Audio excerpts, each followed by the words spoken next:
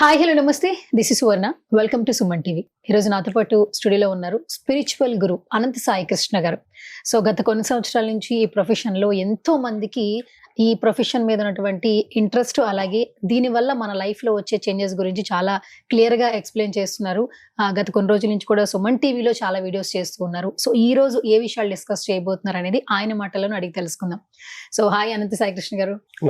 నమస్కారం అండి. అనంత సాయి కృష్ణ గారు, మీరు ఎప్పుడు కూడా ప్రేమతత్వం, కృతజ్ఞతా భావం అనే వర్డ్స్ ఎక్కువగా యూజ్ చేస్తూ ఉంటారు. అంటే స్పిరిచువల్ జర్నీలో ఈ మాటలు అలవాటుగా మారతాయా, లేదంటే ఆ మాటలకి ఏమన్నా పవర్ ఉందంటారా?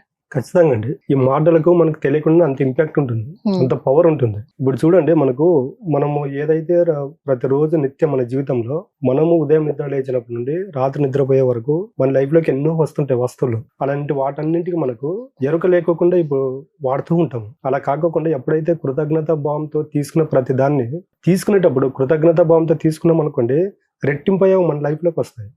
అది చాలా మందికి తెలియదు. అది ఎప్పుడైతే ఒక వ్యక్తి ప్రేమతత్వం, కృతజ్ఞత భావంతో ఉంటాడో వాళ్ళ లైఫ్ చూడండి, బయట వాళ్ళకు చాలా డిఫరెంట్ ఉంటుంది. వాళ్ళు మాట్లాడే విధానం కాబట్టి, వాళ్ళు చేసే పనిలో కాబట్టి వాళ్ళ సక్సెస్ రేట్ ఎక్కువ ఉంటుంది. మనం మాట్లాడుకున్నాము, యూనివర్స్ సిద్ధాంతం ఏంటంటే మనం ఏదైతే ఆలోచన రూపంలో ఇస్తామో అది తిరిగి మన దగ్గరకు వస్తుందని.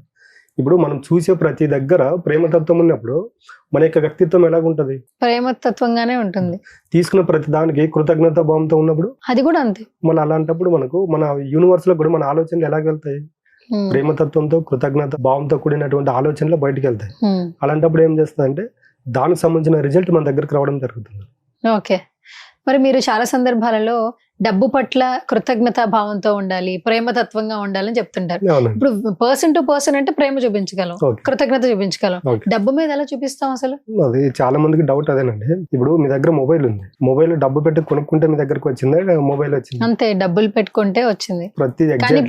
ఫోన్ ని ప్రేమిస్తాం ఎక్కువ. అదేనండి నేను ఏం చెప్తున్నా అంటే, మొబైల్ ఎవరు ప్రేమించట్లేదండి. మీరు అనుకుంటున్నారు కానీ మొబైల్ చూసేంత వరకు దాని యొక్క యూజ్ ఉంటుంది. తీసుకున్న ఒక 2 రోజులు 3 రోజులు దానిపైన ప్రేమ ఉంటుంది, తర్వాత ప్రేమ పోతుంది. ప్రతి మొబైల్ అనేది కాదండి, ప్రతిది మీరు ఏదైనా తీసుకోండి, ఒక వెహికల్ తీసుకోండి, బట్టలు తీసుకోండి, చెప్పులు తీసుకోండి, ఏవైనా తీసుకోండి, తీసుకున్న ఒక 1 or 2 days 1 week వరకు దానిపైన మనకు ప్రేమ ఉంటుంది. కొన్నప్పుడు ఉన్న ప్రేమ వాడేటప్పుడు ఉండదు. కాబట్టి మనం ఏం చేస్తామంటే, ఇప్పుడు మన దగ్గర మొబైల్ ఉందండి, మన దగ్గర ఏదో మొబైల్ ఉంది, వేరే వాడు దీనికన్నా అప్డేట్ వర్షన్ మొబైల్ తీసుకున్నాడు అనుకోండి, అరే వాడి దగ్గర ఆ మొబైల్ ఉంది, నా దగ్గర ఇది లేదంట. తీసుకునేప్పుడు దీనికి ఇంపార్టెంట్ ఇచ్చాము, దీన్ని ప్రేమగా చూసాము, కృతజ్ఞత భావంతో ఉన్నాము. ఎప్పుడైతే వేరే వాళ్ళ దగ్గర అప్డేటెడ్ మొబైల్ చూసేలోపు దీనిపైన మనకు నెగిటివ్ ఆలోచన చేస్తున్నాము లేదా? అలాంటప్పుడు మీరు మొబైల్ తీసుకోవడానికి కారణం ఏంటి? మొబైల్ మీ దగ్గరికి ఎలా వచ్చింది? డబ్బు పెట్టి కొంటేనే మొబైల్ మీ దగ్గరకు వచ్చింది. అంటే అక్కడ మీరు మొబైల్ ని ఎప్పుడైతే మీరు ఇండైరెక్ట్ గా నెగిటివ్ గా చూస్తున్నారో, అక్కడ డైరెక్ట్ ఇండైరెక్ట్ గా డబ్బును కూడా మీరు నెగిటివ్ వేలో చూస్తున్నట్టు లెక్క. ప్రతిది మనం ఏదైతే వస్తు రూపంలో మన దగ్గర ఉన్న ప్రతి దానికి ఎప్పుడైతే విలువ ఇవ్వమో, ఎప్పుడైతే ప్రేమ చూపించమో, ఎప్పుడైతే కృతజ్ఞత భావంతో ఉండమో, వీటన్నింటికి కారణమైన డబ్బు పట్ల మనం చూస్తున్నటువంటి ఆలోచనల తీరు మారిపోతుంది. ఇవన్నీ వస్తువుల రూపంలో మన దగ్గర ఏవైతే ఉన్నాయో అవన్నీ మన దగ్గరకు రావడం ముఖ్య కారణం ఏంటి? డబ్బు. అలాంటప్పుడు మనము డబ్బు పైన చూస్తున్న విధానం కూడా వ్యతిరేక ఆలోచనలతో కూడుకున్నదే ఉంటుంది. కాబట్టి డబ్బు మన దగ్గరకు రావట్లేదు. ఈ రోజు నుండి మీ జీవితంలో ఏదన్నా ఉండదు, అది 10 రూపాయల వస్తువా, 1,00,000 రూపాయల వస్తువు అనేది సంబంధం లేదు. అవన్నీ మన ఇంట్లోకి రావడానికి కారణం ఏంటి? డబ్బు. అంటే అప్పుడు డబ్బు పైన మనకి తెలియకుండానే ప్రేమ పెరిగిపోతుంది. అప్పుడు ఏమవుతుందంటే, ఇప్పుడు మీరు అడిగారు చూడండి, డబ్బుని ఎలా ప్రేమించలేదు, ఈ విధంగా డబ్బు పట్ల ప్రేమతత్వం అనేది పెరుగుతుంది. ఓకే, అనంత సాయి కృష్ణ గారు, ఓకే, డబ్బుని ప్రేమించాలి, అందుకనే అంటే విశ్వం కూడా మనకి అది యాక్సెప్టెన్స్ అనేది వస్తుంది. అవునండి. మీరు కృతజ్ఞతా భావం అంటుంటారు కాబట్టి ప్రేమతత్వం అంటున్నారు. సరే, ఇప్పుడు చాలా మంది స్టూడెంట్స్ మీ దగ్గర క్లాసెస్ తీసుకుంటున్నారు, స్పిరిచువల్ గా చాలా మంది మారిపోతున్నారు ఈ రోజుల్లో. ఎంతమంది డబ్బు పట్ల కృతజ్ఞతా భావంగా ఉన్నారు? ఉన్న తర్వాత వాళ్ళ జీవితాల్లో వచ్చిన చేంజెస్ ఏంటి? లైవ్ లో ఏమైనా చెప్పగలరా ఎగ్జాంపుల్స్? ఖచ్చితంగా అండి. ఇప్పుడు మనం ఫస్ట్ ఏం చేస్తామంటే, అసలు డబ్బు నీ లైఫ్ లో ఎన్ని రోజులు నీకు ఆర్థిక ఇబ్బందులు ఉన్నాయి, ఎన్ని రోజుల నుండి నీ దగ్గరికి డబ్బు రావట్లేదు, వీటన్నిటిని మనం గెట్ చేసుకున్న తర్వాత నిదానంగా చెప్పాం చూడండి, 41 days ఫార్ములా అనేది, ఈ 41 రోజుల ఫార్ములా ఏదైతే ఉందో, రోజుకు వాళ్ళకు డైలీ మనం కాల్ మాట్లాడడం కానీ, వాళ్ళకి మెసేజ్ పెట్టడం కానీ, ఇవన్నీ జరిగినప్పుడు ఏమవుతుందంటే వాళ్ళకి తెలియకుండానే డబ్బు పైన ప్రేమతత్వం అనేది పెరిగిపోతూ ఉంటుంది. విశ్వంకి ఎలాగంటే విశ్వం యొక్క సిద్ధాంతం ఏంటంటే మనము అడుగుతున్నది డబ్బా, వస్తువా, మనిషి అనేది కాదు. మనం ఏదైతే ప్రేమతో అడుగుతామో ఖచ్చితంగా దాన్ని విశ్వం అనేది మన దగ్గరకు తీసుకొస్తుంది. ఓకే, అయితే ఇప్పుడు డబ్బు పట్ల కృతజ్ఞత భావంతో వస్తే మనం సెటిల్ అయిపోతామంటారా? ఖచ్చితంగా అండి. ఫస్ట్ మనం చెప్పేది ఏంటంటే మనకి పాజిటివ్ ఆరా ఎంత ఉంటుంది ఫస్ట్ దాన్ని బేస్ చేయాలి. దానికి ప్లాట్ఫామ్ వేసుకుంటే దానిపైన మనం ఏదైనా క్రియేట్ చేసుకోవచ్చు. ఫస్ట్ మన ఆలోచనలు ఎంత ఉంది. ఇప్పుడు మీరు ఉన్నారండి, నీ దగ్గర 1,00,000 రూపాయలు ఉందంటే నీ మైండ్ యాక్సెప్ట్ చేస్తుంది. నువ్వు 1 కోటి రూపాయలు సంపాదించగలవు అంటే నీ మైండ్ ఉన్న పడంగా ఓకే అంటుందా? అనలేదు. అంటే ఎందుకు? ఏదో తలకు మించిన భారం అన్న ఫీలింగ్ వస్తుంది. ఎగ్జాక్ట్లీ అదేనండి. మన మైండ్ ఎప్పుడైతే యాక్సెప్ట్ చేయదో మన వరకు రాదు. యాక్సెప్ట్ చేస్తే మన వరకు వచ్చేస్తుంది. మైండ్ ఫస్ట్ మైండ్ యాక్సెప్ట్ చేయాలి. ఓకే, మైండ్ యాక్సెప్ట్ చేసింది అనుకోండి 100,000% వస్తుంది. ఈ మైండ్ యాక్సెప్ట్ చేసే ఫార్ములా మన దగ్గరకు వచ్చే క్లయింట్ మేము చెప్తాం అనమాట. ఓకే, ఈ మంత్ నీకు 50,000 శాలరీ ఉంది, నెక్స్ట్ మంత్ అడిషనల్ గా 10,000 సంపాదించగలవు అంటే వాడు మైండ్ యాక్సెప్ట్ చేస్తుంది. దీన్ని 1,00,000 రూపాయలుగా గెయిన్ చేయగలమంటే మైండ్ యాక్సెప్ట్ చేయదు. కాబట్టి మనం ఏం చేస్తామంటే ఒకేసారి కాకుండా ఈ 41 రోజులు ఏదైతే ఉందో ఈ 41 రోజుల్లో వాళ్ళ యొక్క మైండ్ అనేది ట్యూన్ చేయడం జరుగుతుంది. ఆటోమేటిక్ గా వాళ్ళకి తెలియకుండానే వాళ్ళ యొక్క వ్యక్తిత్వం అనేది పూర్తిగా మారిపోతుంది. చూసే ప్రతి దాన్ని సాక్షిభూతంగా చూడగలుగుతారు. అంటే ఎలాగుంటుందంటే నేను వేరే కాదు, నువ్వు వేరే కాదు, డబ్బు వేరే కాదు, నేను వేరే కాదు, సమస్తం నేను అన్నప్పుడు ఏమవుతుందంటే అక్కడ చూడడానికి తెలుసుకోవడానికి ఏమి ఉండదు అనమాట.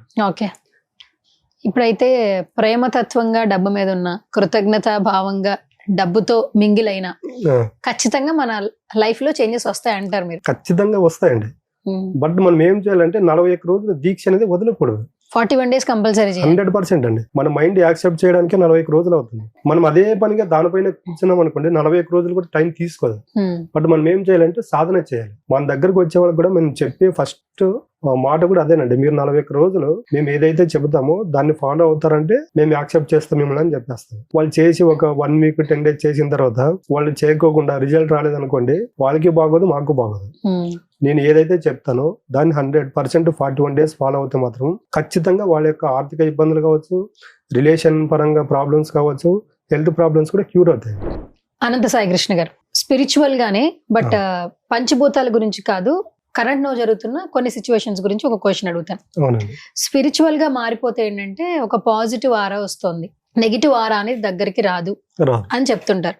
ఇంకొకటి ఏంటంటే స్పిరిచువల్ గా ఆలోచించే వాళ్ళు అందరికీ మంచి జరగాలని ఆలోచిస్తారట. బట్ నవేడేస్ మనం చూస్తున్నాం, మనం ఓకే, మన లైఫ్ స్టైల్ ఓకే, పక్కవాడి లైఫ్ స్టైల్ గురించి ఎక్కువగా మాట్లాడుతున్నారు.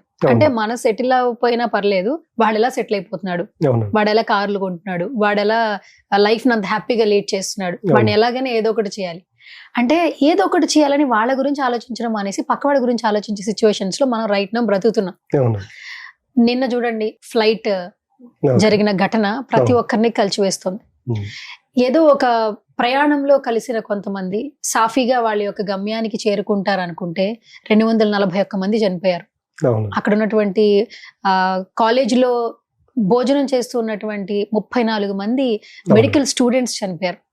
అంటే మార్నింగ్ లేస్తే ఈవినింగ్ ఇంటికి వస్తామో లేదో అని భయపడే, ఏం జరుగుతుందో అనే సిచ్యువేషన్స్ లో మనం రైట్ నో బ్రతుకుతుంటే చాలా మంది వాడేం చేస్తున్నాడు, వీడేం చేస్తున్నాడు, వాడిని ఎలా నాశనం చేయాలి, వీడిని ఎలా నాశనం చేయాలి, ఇలా ఆలోచించే మైండ్ సెట్స్ కూడా ఉన్నాయి.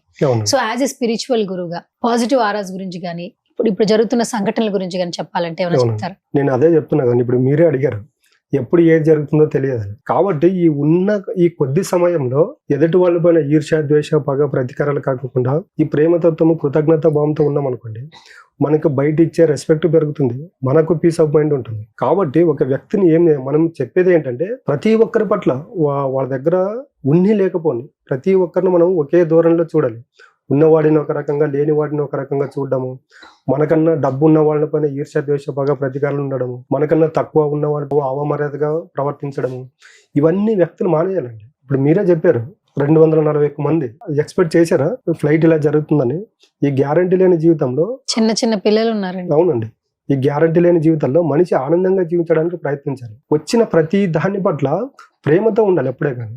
ఆ ప్రేమతో ఉన్నప్పుడు ఏమవుతుందంటే ప్రతిదీ మనకు యూనివర్స్ ఏది ఇవ్వాలో అది ఖచ్చితంగా ఇచ్చి తీరుతుందండి. భగవంతుని దృష్టిలో ప్రతిదీ ఒక్కటే. మనం పెద్దలు అంటుంటారు శివుడి ఆజ్ఞ లేకపోతే చీమ కూడా పుట్టదంటారు. ఎగ్జాక్ట్లీ ఈ ఫ్లైట్ కూడా అలాగేనండి. ప్రతి ఒక్క దానికి ఒక కారణం అనేది ఉంటుంది. మనం అనుకుంటాం 240 మంది చనిపోయారు, ప్రతి ఒక్కరి కర్మఫలం అనేది ఆ విధంగా ఉంటుంది, అక్కడ డిసైడ్ చేసి ఉంటుంది. కాబట్టి దాన్ని తప్పించుకోవడానికి కూడా ఛాన్సెస్ ఉంటాయి. అవి ఎప్పుడు తప్పించుకోగలుగుతాం అంటే ఇప్పుడు చెప్పాను కదా, మనం చేసే కర్మల పైన మన యొక్క జీవితం ఆధారపడి ఉంటుంది. ప్రతి ఒక్కరి పట్ల ప్రేమతత్వము, కృతజ్ఞత భావము ఎప్పుడైతే ఉంటాయో మన యొక్క నెగిటివ్ కర్మలు కూడా తగ్గుకుంటూ వస్తాయి. ఇప్పుడు చాలా మంది చూసాము, ఒకడు అన్ఎక్స్పెక్టెడ్ గా బతికి బయటపడ్డాడు, ఒక్కడు కారణ జన్ముడు అంటున్నారు సార్. అదే ఎగ్జాక్ట్లీ అండి చెప్పేది, కర్మ మనం చేసే కర్మ ఆ వ్యక్తి బయటపడినాడు. ఇంకా కొంతమంది ఫ్లైట్ మిస్ అయిన వాళ్ళు కొంతమంది ఉన్నారు. అంటే ఇక్కడ చూడండి, ఎగ్జాక్ట్లీ డెడ్ లైన్ కి వెళ్ళి ముందుకు వచ్చారంటే అర్థం ఏంటి, కర్మ మనల్ని కాపాడుతుందని అర్థం అనమాట. కాబట్టి ఎప్పుడైతే మనం చూసే దృష్టి మారుతుందో ఆ భగవంతుడు కూడా ప్రతి క్షణం మనం వెంటనే కాపాడుతూ ఉంటాడు. ఓకే, అయితే మొత్తానికి కర్మే చాలా వరకు నడిపిస్తుంది మనల్ని అని చెప్పి బిలీవ్ చేసేయచ్చు. 100% అండి, దాంట్లో ఏ మాత్రం డౌట్ లేదు. Okay, so thank you so much Anantha Sai Krishna garu. So ఈ స్పిరిచువల్ గా అంటే ఒక విజువలైజేషన్ చేస్తే, పర్ఫెక్ట్ గా చేస్తే మన జీవితంలో ఎలాంటి మార్పులు వస్తాయో చాలా చక్కగా తెలియజేశారు. Thank you so much. Thank you అండి.